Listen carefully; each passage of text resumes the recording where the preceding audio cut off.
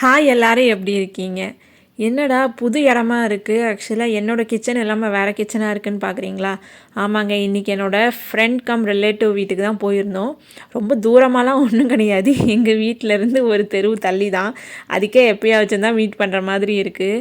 இன்றைக்கி நாங்கள் வந்து சரி 2 பேரும் ஒன்றா சேர்ந்து சமைக்கலாம் அப்படின்னு சொல்லிட்டு பிளான் பண்ணியிருந்தோம். ஸோ சண்டேன்றதுனால நான்வெஜ் தான், ஃபுல்லாக சீ ஃபுட் வெரைட்டிஸ் தாங்க ட்ரை பண்ணிகிட்டு இருந்தோம்.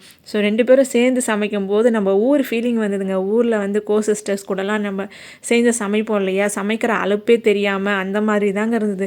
நிறைய வெரைட்டி பண்ண மாதிரி இருந்தது, பட் ரொம்ப சீக்கிரமாகவே கொஞ்சம் கூட டயர்டே இல்லாமல் பண்ணி முடிச்சிட்டோங்க. எல்லா டிஷ்ஷஸுமே சூப்பராக வந்திருந்தது. ஒரு சிலது அவங்க பண்ணாங்க, ஒரு சிலது நான் பண்ணேன். சேர்ந்து செய்யும்போது அவ்வளோ நல்லா இருந்ததுங்க. இதுதான் நாங்கள் பண்ண டிஷ்ஷு, ஃபிஷ் மோலே.